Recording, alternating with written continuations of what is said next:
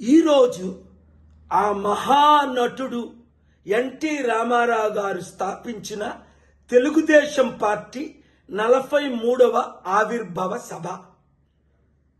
అప్పటి తెలుగుదేశానికి ఇప్పుడు తెలుగుదేశానికి తూర్పుకి పడమరకు పాతాళానికి ఆకాశానికి ఎంత దూరమో అంత దూరం ఉంది.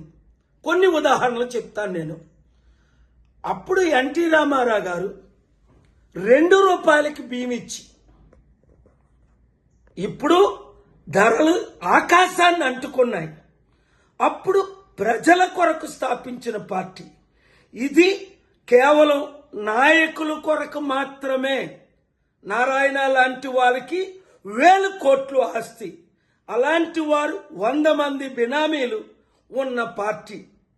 అప్పుడు బడుగు బలహీన వర్గాల పార్టీ. ఇప్పుడు కేవలం రాజ్యాధికారం కొరకు ఏదైనా చేయడానికి పార్టీ. అప్పుడు ఎన్టీ రామారావు ప్రధానమంత్రి, పవర్ఫుల్ ఐరన్ లేడీ ఇందిరాగాంధీని ఎదిరించిన నాయకుడు. ఇప్పుడు 2019లో మోదీ, నీ భార్యను వదిలేశావు, నీ తల్లిని నువ్వు చూసుకోలేవని 52 రోజులు జైల్లో పెట్టగానే మోదీ లాంటి ప్రధానమంత్రి లేడని చంద్రబాబు నాయుడు గారు పలుకుతున్నారు. ఆయన కొడుకు ద్వారా పలికిన మాటలు ఇప్పుడు మనం విన్నాం కొంతమంది. అప్పుడు కలమని ప్రెసిడెంట్ చేసింది ఈ మహానుభావుడే, చంద్రబాబు నాయుడే. లోకేష్, మీ తండ్రి చంద్రబాబు నాయుడిని ముఖ్యమంత్రి చేయడానికి అప్పుడు ఎన్టీ రామారావు గారు ఎంత గొప్ప నాయకుడో, నేను ఎంత పాత్ర వహించానో తెలుగుదేశం నాయకులందరికీ తెలుసు. 5%తో మీరు 2014లో ఓడిపోతుంటే 18 మీటింగులు పెట్టి 5% కల్పించాను. అయినప్పటికీ 1%తో మీరు గెలిచారు. ఆ 10% ఓట్లు ఎవరేయించారు?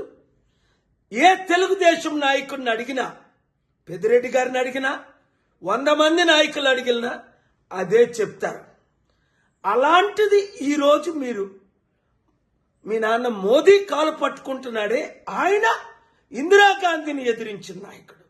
ఈయన రాష్ట్రాన్ని, దేశాన్ని సర్వనాశనం చేస్తున్న, స్టీల్ ప్లాంట్ ని అమ్మేస్తున్న, 1200 మంది వర్కర్స్ ని బయటికి లాగేసిన, మీరు నోరు మూసుకొని మోదీ కూర్చో అంటే కూర్చుంటున్నారు, వెళ్ళిపో అంటే వెళ్ళిపోతున్నారు. ఒక్కసారి ఆలోచించండి.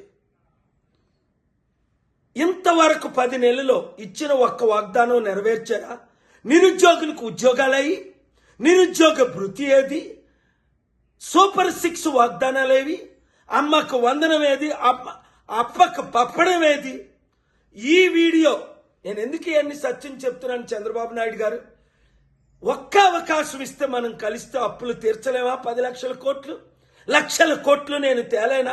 ఒక్క సమిటికి మీరు వస్తే తెలుగుదేశ నాయకులందరూ, ఇంకా తెలుగుదేశంలో ఉన్న యువకులందరూ చంద్రబాబు నాయుడు గారికి ఈ వీడియో చేరినంత వరకు వైరల్ చేయండి.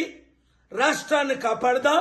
లేదా ఆయన ఒప్పుకోకపోతే తెలుగుదేశం పార్టీ నుంచి బయటకు వచ్చి ప్రజాశాంతి పార్టీలో చేరి బడుగు బలహీన వర్గాలకు అధికారం తీసుకొచ్చి ఎన్టీఆర్ ఆత్మకు శాంతిని తీసుకొద్దాం.